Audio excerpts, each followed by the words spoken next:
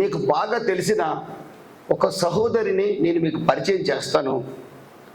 ఆ సహోదరి జీవితంలో నుండి మనం ఏమి నేర్చుకోవాలో క్రొత్త నిబంధన భక్తులుగా ఒకసారి మనం ఆలోచించి నేర్చుకుందాం.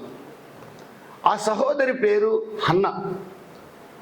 హీబ్రూ భాషలో ఆమె పేరుకు అర్థము గ్రేస్, కృప. ఆమె భర్త పేరు ఎల్కానా. ఎల్ అంటే దేవుని యొక్క పేరు, ఎల్కానా అంటే గాడ్ హ్యాజ్ పర్చేజ్డ్, దేవుని చేత కొనబడిన వాడు అని అర్థం. దేవుని చేత కొనబడిన, దేవుని పేరు పెట్టబడిన వ్యక్తి ఎల్కానా. కృప అని పేరు పెట్టబడిన వ్యక్తి హన్నా. ఈ భార్యాభర్తలిద్దరికీ పిల్లలు లేరు, గొడ్రాలుగా ఉండిపోయింది. విచిత్రమైన విషయం, ఈ రోజున ఇక్కడున్న పురుషులైన మీరు కానీ ఈ మాటలు మీ నోట ఎవరి ద్వారా బయటికి వెళ్ళినా కానీ గుర్తించవలసిన విషయం ఏంటంటే, ఆనాటి సమాజంలో పిల్లలు లేకపోతే విడాకులు ఇచ్చే అవకాశం ఉంది. డైవర్స్ ఇవ్వచ్చు, మరొక ఆమెను చేసుకోవచ్చు. ఎల్కానాకి ఆ అవకాశం ఆనాటి సమాజంలో ఉంది. ఆనాటి సమాజంలో దేవుని ఆజ్ఞ కాదు కానీ ఆనాటి సమాజంలో ఆ కల్చర్ ఉంది. జకర్యా ఎలిసబెతుల సమాజం నాడు కూడా ఆ అవకాశం ఉంది. జకర్యా వృద్ధుడైనప్పటికి కూడా తన భార్య వృద్ధురాలై పిల్లల్ని కనే అవకాశం లేకపోయినా కూడా జకర్యా యాజకుడు తన భార్యని ప్రేమిస్తూనే ఉన్నాడు, ప్రార్థిస్తూనే ఉన్నాడు. దేవునికి స్తోత్రం కలుగునుగా, హల్లెలూయా. తన భార్యకి విడాకులు ఇవ్వకుండా ప్రేమిస్తూనే ఉన్నాడు, ప్రార్థిస్తూనే ఉన్నాడు. కనుక ఒక రోజున దేవదూత దిగి వచ్చి, జకర్యా నీ ప్రార్థన వినబడినది. జకర్యా వయసు ఎంత? 70 years అబౌవ్. ఎలిజబెత్ వయసు ఎంత? పిల్లలు పుట్టే అవకాశం లేదు. దేవదూత ఏం మాట్లాడుతున్నారు? నీ ప్రార్థన వినబడింది. ఎప్పటి నుంచి చూసే ప్రార్థన, ఎప్పటి నుంచి చేసే ప్రార్థన? వివాహం అయిన దగ్గర నుంచి పిల్లల కొరకు వారు చేసే ప్రార్థన దేవుడు తన కవిలలో భద్రంగా దాచిపెట్టాడు. చప్పట్లు కొట్టి ప్రభువు నామాన్ని కనపరుచుకున్నాం. దేవునికి స్తోత్రం కలుగునుగా, హల్లెలూయా. మీ పిల్లలు పుట్టిన దగ్గర నుండి వారి క్షేమం కొరకు మీరు చేసే ప్రార్థన దేవుని యొద్ద ఆ భద్రపరచబడి ఉంది. ఒక ప్రత్యేకమైన పాత్రలో భద్రంగా ఉంది. ఆమేన్, హల్లెలూయా. ఆ ప్రార్థనకు ఒక రోజున జవాబు వస్తుంది. జకర్యా కంగారు పడలా. నా ప్రార్థనలు ధూపం వలె దేవుని దగ్గరికి చేరుతున్నాయని జకర్యాకి నమ్మకం ఉంది. ఈ రోజున యేసు రక్తంలో కడగబడిన మనకి ఆ నమ్మకం ఉందా? ప్రశ్న. మీరు చేసిన ప్రార్థనలన్నీ ధూపంలాగా దేవుని దగ్గరికి వెళ్తున్నాయి. దేవుడు భద్రం చేశాడు. మీ పిల్లల కొరకు, పెళ్ళిళ్ళ కొరకు, భర్త కొరకు, సంఘం కొరకు మీ ప్రార్థనలన్నీ దేవుడు ఒక పాత్రలో భద్రంగా పెట్టాడు. తగిన సమయంలో ఆ ప్రార్థనలు ఆయన వింటున్నాడు. ఆ ప్రార్థనలకు ఆయన ఉత్తరం ఇస్తాడు. దేవునికి మహిమ కలుగునుగా, హల్లెలూయా. జకర్యాతో గాబ్రియేల్ మాట్లాడిన మాట, నీ ప్రార్థన వినబడింది. సహోదరి, సహోదరుడా, ఎన్ని రోజుల నుండి మనం దేని కొరకు ప్రార్థన చేస్తున్నామో? జకర్యా ప్రార్థన వినబడిందని లూకాసు వార్త 1వ అధ్యాయంలో రాయబడినట్లుగా ఈ రోజున ప్రభు మీతో, నాతో మాట్లాడుతున్నాడు. మన ప్రార్థనలన్నీ ఆయన వింటున్నాడు.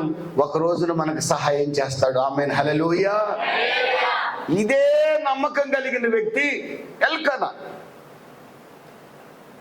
నా ప్రార్థన దేవుడు వింటాడని నమ్మకం కలిగిన వ్యక్తే, దేవుని చేత కొనబడిన వ్యక్తే, కృప పొందిన వ్యక్తే.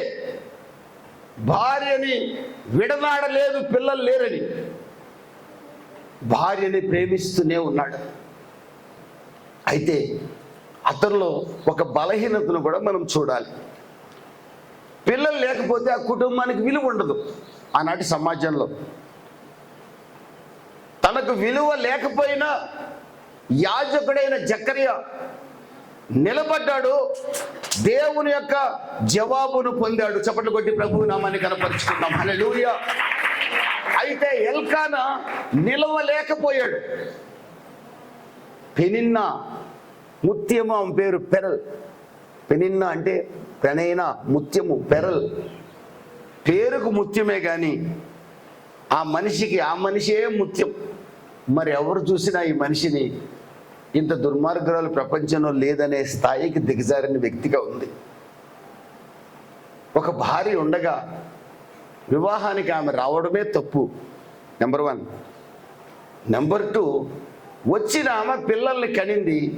పిల్లల్ని కనిన ఆమె, అక్క నా పిల్లలు నీ పిల్లలు ఒకటే కదా అని అక్కని ఓదార్చాల్సింది పోయి ప్రతిరోజు ఆమెని బాధించేదిగా ఆ 1వ అధ్యాయంలో మనం చూడగలం.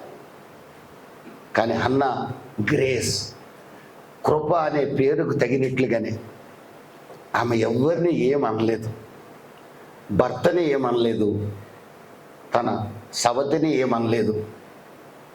1 సమూయేలు గ్రంథం 1వ అధ్యాయం 10వ వాక్యంలో షిలోహులోని దేవుని మందిరానికి వచ్చింది. షిలోహులోని దేవుని మందిరానికి వచ్చింది. బహు దుఃఖాక్రాంతురాలై ఏడవటం ప్రారంభించింది. దేవునికి స్తోత్రం కలుగును కాక.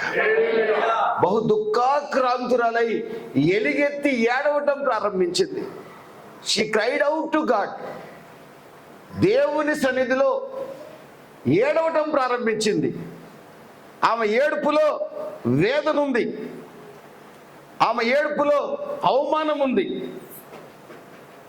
ఆమె ఏడుపులో నింద ఉంది, ఆమె ఏడుపులో బాధ ఉంది, ఆమె ఏడుపులో ఆమె వేదన, ఆవేదన, ఆక్రందన, బాధ. ఎవరి మీద కోపం లేదు ఆమెకి. పెనిన్నాకి పిల్లలు ఉన్నారని బాధ ఏమి లేదు ఆమెకి. తనకు ఒక్క కుమారుడు ఉంటే, ఒక్క సంతానం ఉంటే, అది కుమార్తె కానీ కుమారుడు కానీ, ఒక్క బిడ్డ ఉంటే నాకు ఈ యొక్క వేదన ఆవేదన ఉండేది కాదు కదా అని ఆమె ఆవేదనలో ప్రభువుని వెతకటం ప్రారంభించింది. చప్పట్లు కొట్టి ప్రభువు నామాన్ని కనపరచు. ప్రియమైన దేవుని బిడ్డలారా, 120వ కీర్తనలో 1వ వాక్యంలో కీర్తనాకారుడు రాసింది అదే. నా శ్రమలలో నేను యెహోవాకు మొరపెట్టితిని, ఆయన నాకు ఉత్తరం ఇచ్చాడు. ఈ రోజున ఏ శ్రమ గుండా, ఏ నింద గుండా, ఏ అవమానం గుండా మనం వెళ్తున్నా, ఏ బాధ మనల్ని బాధిస్తున్నా, ఏ అసమాధానం మన కుటుంబాన్ని పీడిస్తున్నా, ఏ పరిస్థితుల్లో మనం ఈ రోజున పిల్లల్ని బట్టి కానీ ఆరోగ్యాన్ని బట్టి కానీ ఉన్నా, మనం చేయవలసింది హన్నా మనకు నేర్పిస్తుంది. హన్నాకు తెలుసు అబ్రహాము పిల్లలు లేనప్పుడు ప్రార్థించగా 100 సంవత్సరాల వయసులో దేవుడు పిల్లల్ని ఇచ్చాడని. హన్నాకు తెలుసు ఇస్సాకు రెబెక్కాకు పిల్లలు లేనప్పుడు ఇస్సాకు ప్రార్థించగా రెబెక్కా గర్భాన్ని దేవుడు తెరిచాడని. ప్రియమైన దేవుని బిడ్డలారా, ప్రియమైన వాళ్ళరా, నాకు మొరపెడితే నేను ఉత్తరం ఇస్తానని దేవుడు సెలవిచ్చిన మాట కూడా ఆమెకు తెలుసు. దేవుడు ప్రార్థన ఆలకించే దేవుడని ఆమెకు బాగా తెలుసు. తన పితరుల యొక్క ప్రార్థనలన్నీ జ్ఞాపకం చేసుకుంది. తన సవతిని హింసించలేదు. తన భర్త నుంచి ఆమె అన్ని సర్దుకొని బయటికి వెళ్ళిపోలేదు. ఎవరిని దూషించలేదు. తన వేదనలో ఆమె దేవుని పాదాలు పట్టుకుంది. చప్పట్లు కొట్టి ప్రభు నామాన్ని కనపరచు. దేవునికి స్తోత్రం కలుగును గాక.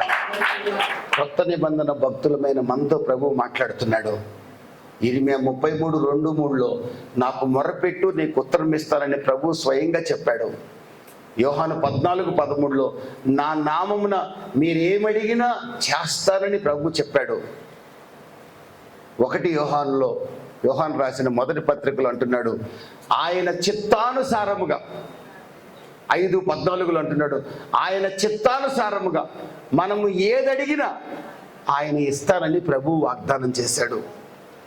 విసుగక ప్రార్థించమన్నాడు, ఎడతెగక ప్రార్థించమన్నాడు, మానక ప్రార్థించమన్నాడు, ప్రార్థనకు జవాబిస్తానన్నాడు.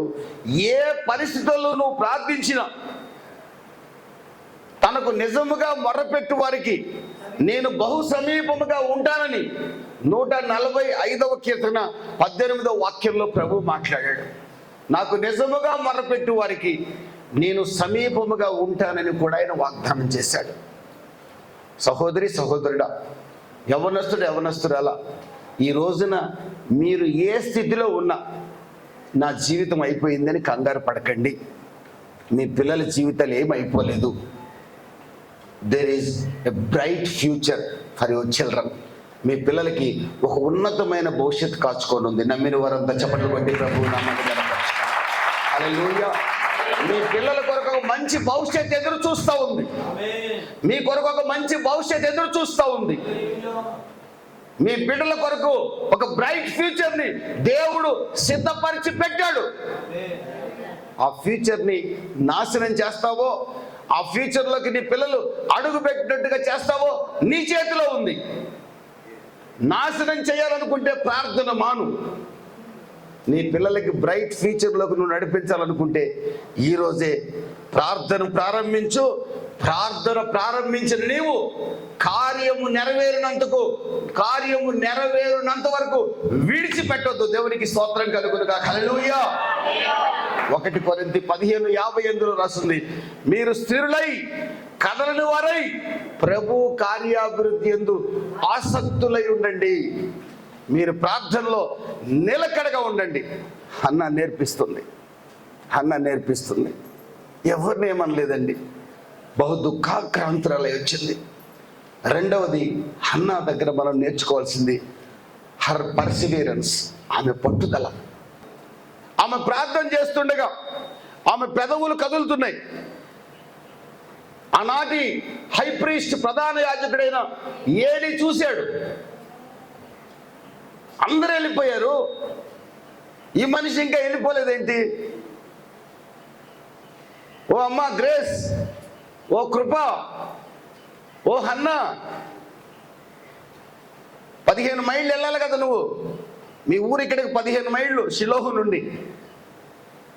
ఎఫ్రాయిము మన్యము నుంచి వచ్చావు, త్వరగా బయలుదేరు. పిలుస్తున్నాడు పలకట్ల. ఆమె వేదనలో ప్రభువుని వెతుకుతుంది. ఆమె పెదవులు కదులుతున్నాయి కానీ మాట బయటికి రావడల్లా. కన్నీరు కారుతుంది. ఆనాటి సమాజంలో త్రాగి దేవుని మందిరానికి వచ్చేవాళ్ళు ఉండేవాళ్ళు. ఏలీ అనుకున్నాడు, ఈ మనిషి కూడా ద్రాక్షరసం బాగా ఎక్కువైపోయినట్టుంది, సణుగుతుంది, పోవట్లేదు అనుకున్నాడు.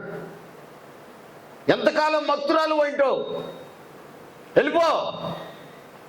అయ్యా, నీ దాసురాలనైన నేను బిటర్నెస్ ఆఫ్ హార్ట్తో, బహు చేదైన మనసుతో, వేదనతో కూడిన మనసుతో, బిటర్నెస్ ఆఫ్ అవర్ హార్ట్, బహు వేదనతో కూడిన మనసుతో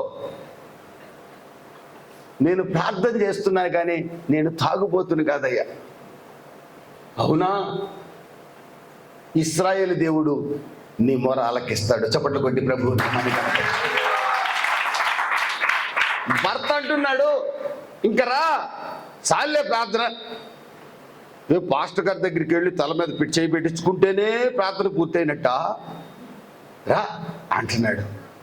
ప్రియమైన దేవుని బిడ్డలారా, ఎంతమంది ఈసడించుకుంటున్నా హన్నా గ్రేస్ పట్టుదల కలిగి ప్రార్థించింది. చప్పట్లు కొట్టి ప్రభువు నామాన్ని ప్రార్థన ఆపలేదు. హర్ పర్సివియరెన్స్, ఆమె పట్టుదల. ఆదికాండం 18వ అధ్యాయం 27వ వాక్యంలో అబ్రహాము దేవదూతలు తన దగ్గరకు వస్తే సొదొమ గొమొర్రాలో ఉన్న లోతుని కాపాడుకోవాలనేది అబ్రహాము యొక్క ఆశ. అయ్యా, సొదొమ గొమొర్రాలో 50 మంది ఉంటే నీతిమంతులు ఏం చేయరా పట్టణాన్ని? చేయము అబ్రహమా. నోరు మూసుకోవచ్చు కదా. మరి 40 మంది ఉంటేనో చేయములే అబ్రహామా, నష్టం చేయములే. నీతిమంతులు 40 మంది ఉంటే సంపములే, నోరు మూసుకోవచ్చు కదా. మరి 30 మంది ఉంటేనో, 20 మంది ఉంటేనో, 10 మంది ఉంటేనో. It shows the perseverance of Abraham. Abraham యొక్క పట్టుదలను తెలియజేస్తుంది. పట్టుదల పట్టుదల పట్టుదల. పట్టండి, విజయం మీదే. చప్పట్లు కొట్టి ప్రభువు నామాన్ని కనపరచండి. హల్లెలూయా. పట్టండి, విజయం మీదే. హల్లెలూయా. వీడు నా శాపానికి పుట్టాడు, ఇది నా శాపానికి పుట్టింది, దీనికి ఎప్పుడు పెళ్ళి అవుతుందో లేదో నాకు తెలియట్లేదు, వీడికి ఎప్పుడు ఉద్యోగం వస్తుందో నాకు తెలియట్లేదు, నా సావు కొరకు వీళ్ళు పుట్టారు, ఈ దరిద్రుడు చేసుకొని వీళ్ళని అన్నాను నేను. మళ్ళీ ఈమె తప్పు కాదు, ఎవరిని చేసుకోనంట, ఆ దరిద్రుడు చేసుకొని కన్నదంట. వాడు బాబు నోరు లేనుడు ఏమంటాడు, అమ్మ జీ హుజూర్ అంటాడు వాడు.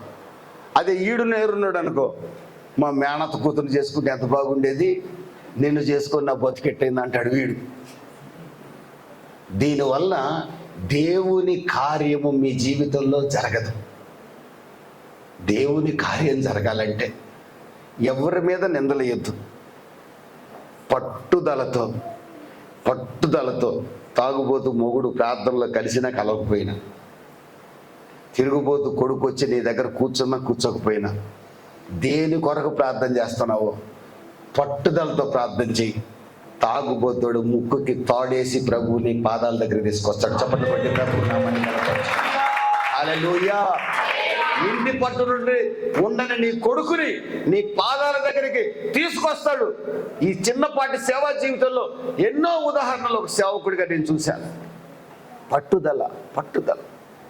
మూడో విషయాన్ని కనుక మనం గమనించినట్లయితే, ప్రియమైన దేవుని బిడ్డలారా, ఆమె స్తుతించే స్త్రీగా ఉంది.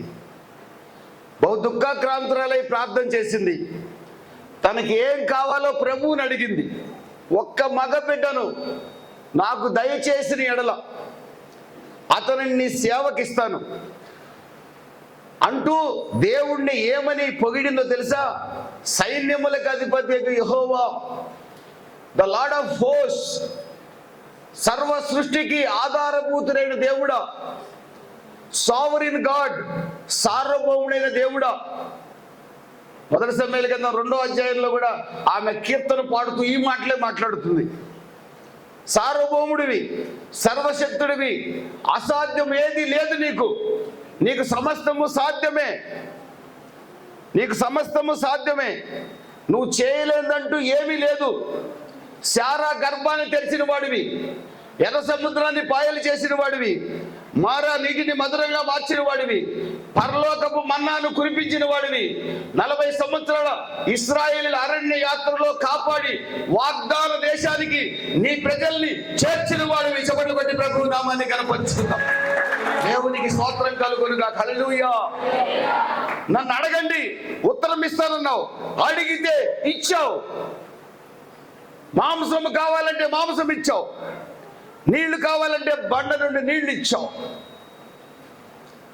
శత్రువులు ఎదురొస్తే శత్రువులను జయించే శక్తిని ఇచ్చావు. యోర్దానును ఏకరాశిగా కూర్చావు. మా పితరుడైన యెహోషువ సూర్యుడా అస్తమించకుండా ఆగమంటే ఆపావు, చంద్రుడా రావద్దంటే ఆపావు. సర్వశక్తుడు కదయ్యా, సైన్యములకు అధిపతి యెహోవా. అంతకంటే గొప్ప పేరు దేవుడికి మరొకటి లేదు. Is the commander of armies. పరలోక సైన్యానికి నాయకుడు ఆయన. ఆయన్ని స్తుతిస్తూ అడుగుతూ ఉంది, తన ప్రార్థన విన్నపాన్ని తెలియజేస్తుంది. ప్రియమైన దేవుని బిడ్డలారా, స్తుతించింది, ప్రార్థించింది. 18వ వాక్యంలో రాయబడింది, ఆనాటి నుండి ఆమె దుఃఖముఖిగా ఉండుట మానెను. ఆమెన్. హల్లెలూయా. మీరు రోజు ఏ వేదనలో మీరున్నారో, ఏ బాధలో మీరున్నారో, ఏ సమస్యతో మీరున్నారో, ప్రార్థన ఈ రోజే ప్రారంభించండి. పరిశుద్ధమైన ప్రార్థన ప్రారంభించండి. పట్టుదలతో దేవుణ్ణి స్తుతిస్తూ ప్రార్థించే వారికి ఉంటారు. దేవునికి స్తోత్రం కలుగునుగా. హల్లెలూయా. హన్న దగ్గర మనం నేర్చుకోవాల్సింది, ఆమె భయంకరమైన వేదనలో ఉందండి, కానీ దేవుణ్ణి స్తుతించడం ఆపలేదు. కీర్తనల గ్రంథం 22వ అధ్యాయం 3వ వాక్యంలో రాయబడింది, మన దేవుడు స్తోత్ర సింహాసనం మీద ఆసీనుడై ఉండే దేవుడు. ఆమేన్, హల్లెలూయా. మనం కష్టాల్లో ఉండనియండి, కన్నీళ్ళలో ఉండనియండి, వేదనలో ఉండనియండి, బాధల్లో ఉండనియండి, ఏ స్థితిలోనైనా ఉండనియండి, మనము స్తుతించడం నేర్చుకుంటే మనం స్తుతించే స్తుతుల మీద ప్రభువు ఆశీనుడై, అమ్మా హెప్సిబా చెప్పు అంటాడు, అమ్మ మార్తమ్మ చెప్పు అంటాడు, ఇంకెవరు ఇంకొక పుల్లమ్మ చెప్పు అంటాడు, ఎల్లమ్మ చెప్పు అంటాడు. అందుకే ఫిలిప్పీలు రాసిన పత్రికలో పౌలు అంటున్నాడు, ఎల్లప్పుడూ ఆనందించండి, మరలా చెప్పుచున్నాను ఆనందించండి, ప్రార్థన విజ్ఞాపన చేత కృతజ్ఞతాపూర్వకంగా దేవుణ్ణి స్తుతిస్తూ మీ విన్నపాలు దేవునికి తెలియజేయండి. By praise and worship. సడుక్కొని కదండి బాబు, ఎప్పుడు సణుకుద్దండి. మీకు ప్రార్థన చేయడం తెలియక అన్నలాగా మన బతుకులు పాడు చేసుకుంటుంటే దేవుడు ఏం చేస్తాడు? 4వ విషయం అన్న జీవితంలో, 4వ విషయాన్ని కనుక మనం గమనించినట్టయితే హర్ పేషెన్స్, ఆమె సహనం. ఆమె సహనం. ఎన్ని సంవత్సరాలకు పుట్టాడో సమూయేలు? చాలా సంవత్సరాలు గడిచి ఉంటుంది. కొంతమంది ప్రార్థన చేసిన మరుసటి రోజే పెళ్లి కొడుకు తాళిబొట్టు పట్టుకొని రావాలి. ఏమంటే ఒక అమ్మాయి నా దగ్గరకు వచ్చింది, ఆ మధ్య ప్రార్థన చేయించుకుంది పిల్లల కోసం, అంత దూరం వెళ్ళింది, రికమెండేషన్ తీసుకొని వచ్చింది. దొరబాబు గారిని ఫర్ ఎగ్జాంపుల్ రికమెండేషన్ తీసుకొని వచ్చింది, నరేషన్ తీసుకొని వచ్చింది. ఏమని చెబుతుంది? ఆమె ఆడ మనిషిని తీసుకొచ్చింది లేండి, మగవాడిని తీసుకురాలేదు. మళ్ళీ మీరు వేరే అనుకోబాగని తల్లే తీసుకొచ్చింది. అయ్యగారు ఏదో అడగాలంట మిమ్మల్ని అన్నది. నేను దర్శనంలో ఆడపిల్లని చూసి చెప్పాను, మగపిల్లడు కావాలంటే దర్శనం మార్చు అంటుంది నా దగ్గరికి వచ్చి. నిజం జరిగింది ఇది, జరగదు. నేను చెప్పను, కథ అసలు చెప్పను. దర్శనం మార్చమంటుంది. దర్శనం మార్చను. అసలు 15 ఏళ్ళు బట్టి నీకు పిల్లలు లేరు, ఆడపిల్లలు పుట్టమే గొప్ప కదా అన్నా నేను. ఇంకెక్కువ మాట్లాడింది అనుకో, నీకు ఎన్ని ఎకరాలు ఉందని అడుగుతాను నేను. సెంటు భూమి ఉండదు, గజం స్థలం ఉండదు, 3 ఆడపిల్లలు పుట్టాకంట ఇక మగపిల్లడు కావాలంటే ఎందుకంటే వాడిని కూడా అప్పులు పాలు చేయడానికే. గజం భూమి లేదు నీకు, 3 ఆడపిల్లలు చాలు కదరా అన్నా నేను. లేదు అంకులు కూడా కాదు నన్ను, అక్కులో మా అమ్మ ఒప్పుకోవట్లేదు, అక్కులు అన్నాడు. సరే అక్కులు అన్నా నేను కూడా. 9వ నెల బిడ్డ, 9వ నెల గర్భంతో ఉంది. ఫోన్ చేసి అన్నం తినడానికి చట్నీ ఉంది కానీ చేసుకోవడానికి చపాతీ లేదని ఫోన్ చేశాడు. చపాతీకి పిండి లేదు. ఎందుకు కట్టినట్టు ఆ బిడ్డని? ఆ బిడ్డ కూడా ఆడపిల్ల పుట్టింది. ఏమైందిరా అక్కులు అన్న, మళ్ళీ ఆడపిల్ల పుట్టింది అన్నాడు. ఇక మళ్ళీ నాకు కనపడాలి ఇప్పటి వరకు. దేవుని స్తోత్రం. ఆ బిడ్డలు పోషించబడాలని మాత్రం నేను ప్రార్థన చేస్తాను. ఎందుకండి? అన్న పేషెన్స్ ఉందే, ఎంతకాలం సహించిందోనండి. అందుకే కీర్తనల గ్రంథం 27వ అధ్యాయం 14వ వాక్యం మీరు నోట్ చేసుకోండి. యెహోవా కొరకు కనిపెట్టుకుని వారు ధైర్యము కలిగి, యెహోవా కొరకు కనిపెట్టుకుని వారు ధైర్యము కలిగి ఉంటారు, నిబ్బరము కలిగి ఉంటారు. హన్నాకి సందేహమే రాలా. నేను చేసిన ప్రార్థన ఆలకించబడిందో లేదో అనే అనుమానమే రాలేదు. ఎందుకంటే ప్రతిరోజు అదే ప్రార్థన చేస్తుంది. చప్పట్లు కొట్టి ప్రభు నామాన్ని కనపరచండి. హల్లెలూయా. మనకు అనుమానం వస్తుంది. ఎందుకు మనం చేయంగా? ఒకరోజు పాస్టర్ గారితో నెత్తిమే చేయి పెట్టించుకున్నాం. ఇక వచ్చేస్తుంది. ఏంది వచ్చేది? ఏమొస్తుందమ్మా? ఏమో దిగు అంటారు. ఏం దిగుతుంది? ఏం దిగదు. గడ్డి దిగుతుంది, లేకపోతే ఏం దిగుతుంది? ఏం దిగదు. ఎందుకంటే రోజు ప్రార్థన చేస్తున్నావు కదా. రోజు కలిగిందని నమ్ముడి, దొరికిందని నమ్ముడి, అడిగిందల్లా పొంది ఉన్నామని నమ్ముడి అని బైబిల్ చెప్తుంది. నమ్మి ప్రార్థన చేస్తున్నావు. ఇంకా అనుమానం ఎందుకు వస్తుంది నీకు? నా పిల్లలు బాగుపడతారు అంతే. ఆమేన్, హల్లెలూయా. నా కుటుంబం బాగుపడుతుంది, హల్లెలూయా. నా సంఘం అభివృద్ధి అవుతుంది అంతే, హల్లెలూయా. Her patience. యెషయా గ్రంథం 40వ అధ్యాయం 31వ వాక్యంలో యెహోవా కొరకు కనిపెట్టుకుని వారు నూతన బలము పొందుతారు. నూతన బలం ఆమె విశ్వాసంలో పొందింది. ఆమె రోజుకి ఆమె విశ్వాసం ఎంత పెరిగిందంటే ప్రవక్త అయిన సమూయేలుని కన్నది. చప్పట్లు కొట్టి ప్రభు నామాన్ని కనపరుచుకుందాం. హల్లెలూయా. సాదా సీదా బిడ్డను కనలేదండి, మన పిల్లలకి పిల్లల్ని కనలే ఆమె. ఇశ్రాయేలు దేశానికి ప్రవక్తని కనింది ఆమె. సమూయేలు గురించి 1 సమూయేలు గ్రంథం 3వ అధ్యాయంలో రాయబడింది, అతని నోటి మాటల్లో ఒక్కటి తప్పిపోలేదు అని రాసింది. ఒక్క మాట పలికాడంటే నెరవేరింది. అట్లాంటి బిడ్డ పుట్టాడండి. What is the reason? ఆమె ప్రార్థన ప్రారంభించింది, పట్టుదలతో ప్రారంభించింది, స్తుతిస్తూ ప్రారంభించింది, సహనం కలిగి ఉంది. దేవుడిచ్చేదాకా ఏనాడు సనగలేదు, సంశయించలేదు. ఇశ్రాయేలీయులు సడిగారు, సంశయించారు, అరణ్యయాత్రలు సంహరించబడ్డారు. మీరు ప్రార్థనా పరులే కానీ సడిగారంటే, సంశయించారంటే ప్రమాదం. సనగొద్దు, సంశయించొద్దు. మీరు అడిగింది దేవుడు ఇస్తాడు. హల్లెలూయా, ఆమేన్, హల్లెలూయా. మీరు అడిగింది పొందుతారు. సంశయించొద్దండి. ఆమె ప్రార్థించింది, తన కుమారుణ్ణి ఇస్తే సేవకిస్తానన్నది. దేవుడు చక్కటి కుమారుణ్ణి ఇచ్చాడు. వాడిని చక్కగా పెంచింది. దేవుని మందిరానికి 3 సంవత్సరాలు 4 సంవత్సరాలు అంటారు బైబిల్ పండితులు, అంతే. 3-4 సంవత్సరాల వయసులో తీసుకొచ్చి ఏలీ అనే ప్రధాన యాజకుడికి అప్పగించింది. వాడిని ఏలీకి చూపిస్తుంటే సమూయేలు బాలుడైన సమూయేలు సాష్టాంగ నమస్కారం చేశాడు దేవుని సన్నిధిలో. చప్పట్లు కొట్టి ప్రభు నామాన్ని కనపరుచుకున్నాడు. హల్లెలూయా. ఎంత శ్రద్ధగా భక్తిగా పెంచిందంటే మనం పెంచలేం.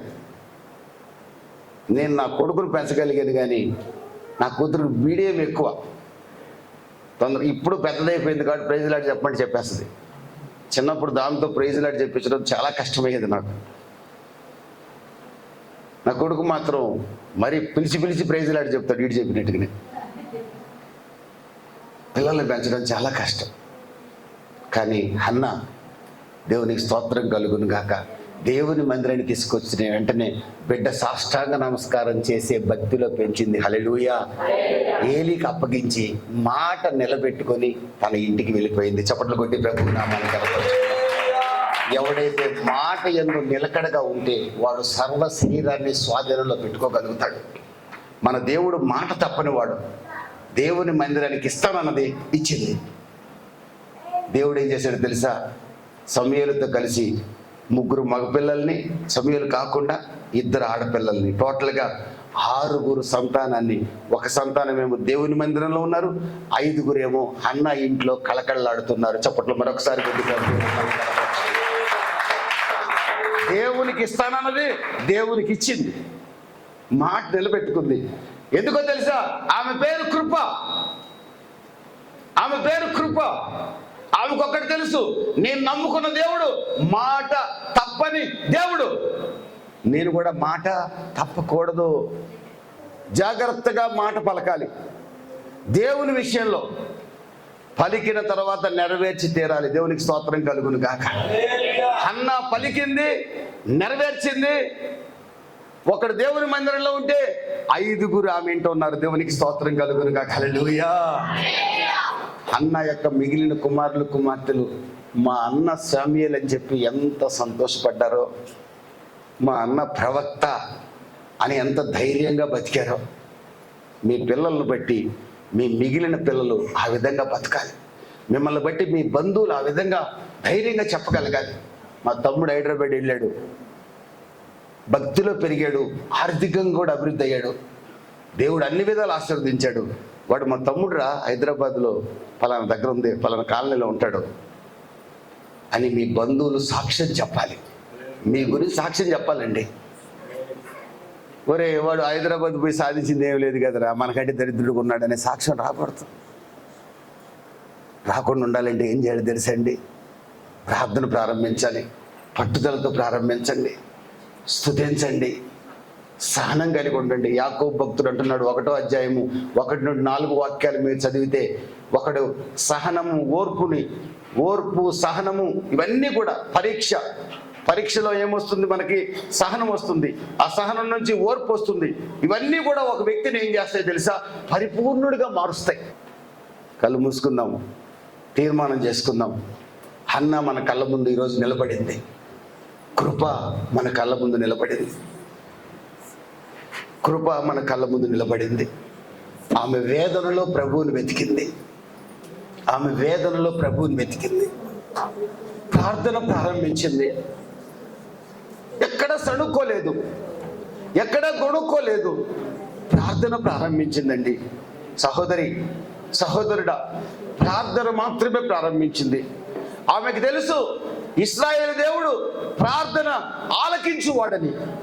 నిర్గమకాండం 2వ అధ్యాయంలో ఇశ్రాయేలీల మొర దేవుడు విని అబ్రహాము, ఇస్సాకు, యాకోబులకు చేసిన వాగ్దానాన్ని జ్ఞాపకం చేసుకొని నిర్గమ 3:7, 8, 9లో ఇశ్రాయేలు కన్నీరు చూశాడు, వారి మొర విన్నాడు, వారికి సహాయం చేయడానికి భూమికి దిగి వచ్చాడు. ఇశ్రాయేలు దేవుడు మొర వినే దేవుడని హన్నాకు తెలుసు. ఇస్సాకు మొర విన్నాడని, అబ్రహాం మొర విన్నాడని, యాకోబు పెనుగులాట కృప అయిన హన్నాకు తెలుసు. ఆమె వేదనలో ఏమి చేయాలో, ఎబ్బోకు రేవు దగ్గర వేదనలో యాకోబు ఏమి చేశాడో ఈ చోట హన్నా సమాజ మందిరంలో షిలోహులో అదే చేసిందండి. పట్టుదలతో ప్రార్థించిందండి, దేవుణ్ణి స్తుతిస్తూ ప్రార్థించిందండి, దేవుడు కార్యం చేసే వరకు సహనం కలిగి ఉందండి, దేవుడికి ఇచ్చిన మాట నిలబెట్టుకుందండి. రాబో అభిషక్తుడిని గూర్చి మొట్టమొదట ప్రవచనం హన్నా నోటి నుండే వెలువడిందండి. రాబో మెస్సయ్యను గూర్చిన ప్రవచనం హన్నా నోటి నుండే వెలువడిందండి. ఎంత గొప్పగా దేవుడు ఒక గొడ్రాలను వాడుకున్నాడండి. సహోదరి, సహోదరుడా, నీకు ఏ కొదువు ఉందో, నాకు మీకు ఏ కొదువు ఉన్నా, ఈ రోజున హన్నా కొదువ తీర్చిన దేవుడు మన కొదువును తీర్చాలని ఆశపడుచున్నాడు. అందుకే ఆమెను మన కళ్ళ ముందు పెట్టాడు. నిజమైన ప్రార్థన చేస్తావా, వట్టి ప్రార్థన చేస్తావా, నీ ఇష్టం. సహించగలుగుతావా, ఓర్చుకోలేవా, నీ ఇష్టం. స్తుతిస్తావా, శపిస్తావా, నీ ఇష్టం. మాట ఇచ్చి తప్పుతావా, మాట మీద నిలబడతావా, నీ ఇష్టం. సహోదరి, నీ చేతిలోనే ఉంది. సహోదరుడా, అన్న, యవనస్తుడా, నీ చేతిలో ఉంది. ఆమె వేదనలో వెతికింది, అద్భుతాన్ని చూసింది. ఈ రోజున ప్రభు ఆమె నీకు పరిచయం చేసిన ఉద్దేశం అదే. మనం పరిపూర్ణులు కావాలని ప్రభు కోరుకుంటున్నాడు. అట్టి పరిపూర్ణతలోకి ప్రభు మనల్ని నడిపించును గాక. ప్రార్థన చేసుకున్నాం. మహాపరిశుద్ధుడా, నీకు స్తోత్రం. నమ్మదగిన వాడా, నీకు వందనాలు చెల్లిస్తున్నాను. హన్నా జీవితం ఏదో ప్రార్థించింది, సమూయేలు పుట్టాడనే మాటలే మాకు తెలుసు, కానీ ఈ వాక్యాన్ని లోతుగా తవ్వినప్పుడు ప్రభ, ఈ వాక్యాన్ని డిగ్ చేసినప్పుడు ప్రభ, ఎంత చక్కటి మాటలు ఉన్నాయి తండ్రి. ఆమె పట్టుదల మాకు కనబడుతుంది, ఆమె నిజమైన ప్రార్థన మాకు కనబడుతుంది, ఆమె స్తుతి మాకు కనబడుతుంది, ఆమె సహనం మాకు కనబడుతుంది, ఆమె మాట తప్పని జీవితం మాకు కనబడుతుంది. ఇవి మాలో లేవే, మేము చింతిస్తున్నాం, మేము ఏడుస్తున్నాం. మమ్మల్ని క్షమించండి, మమ్మల్ని క్షమించండి. హన్నా వలె ప్రార్థనా పరులుగా మమ్మల్ని మార్చి మీ ఘననామాన్ని మేము తెచ్చుకోమని దైవ సేవకుడు సుధీర్ నీ కుటుంబాన్ని నీ చేతులకు అప్పగిస్తూ, నన్ను, నా పిల్లల్ని, నాకు సహకరిస్తున్న సునీల్ని, కుటుంబాన్ని మీ కృపాహస్తాలకు అప్పగిస్తూ ఘనత, మహిమ, ప్రభావాలు మీరు పొందమని యేసు నామంలో అడుగుచున్నాను తండ్రి. ఆమేన్.